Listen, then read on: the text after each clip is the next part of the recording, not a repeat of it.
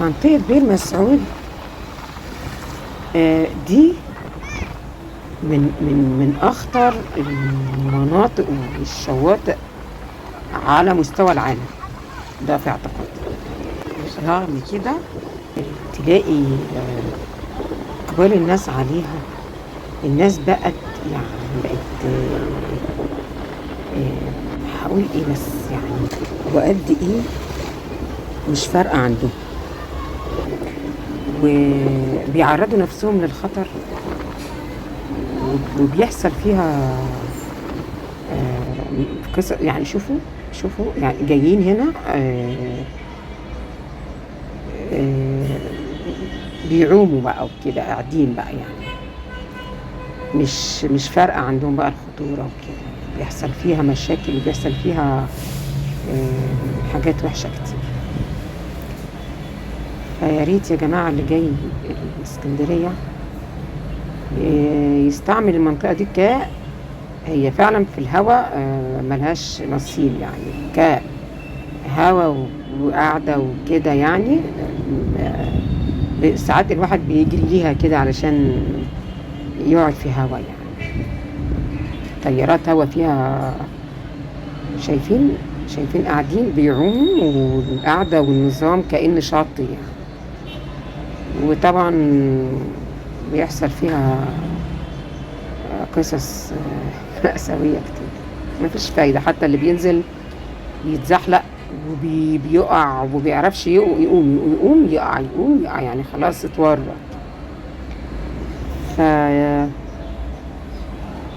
يا ريت اللي جاي اسكندرية ما يجازفش، ما ينزلش البحر ده.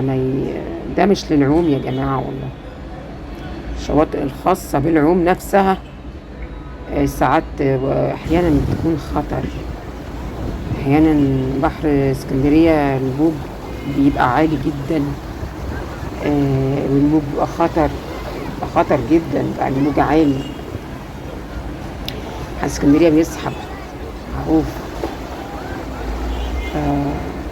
نحافظ شوية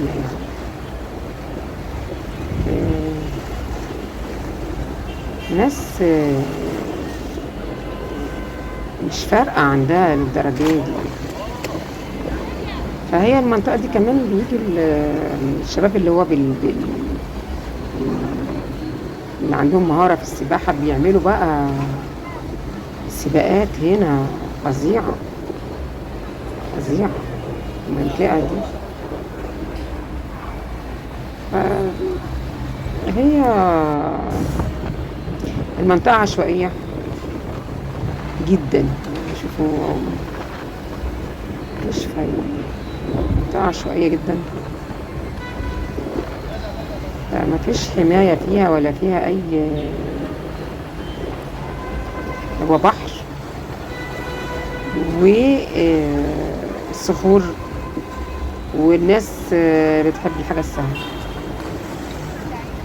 أنا شوف الطب ده مش فاهمة في ايه فعلا، مش فاهمة فيه. فزي ما حضراتكم شايفين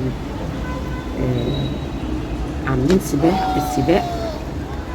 سباحة في منتهى العشوائية. والله أنا مش فاهمة في ايه فعلا.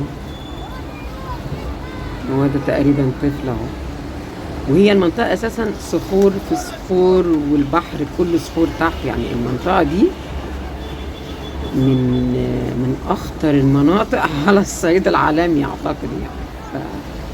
حقيقي أنا مش فاهمة في إيه، حاجة منتهى العشوائية.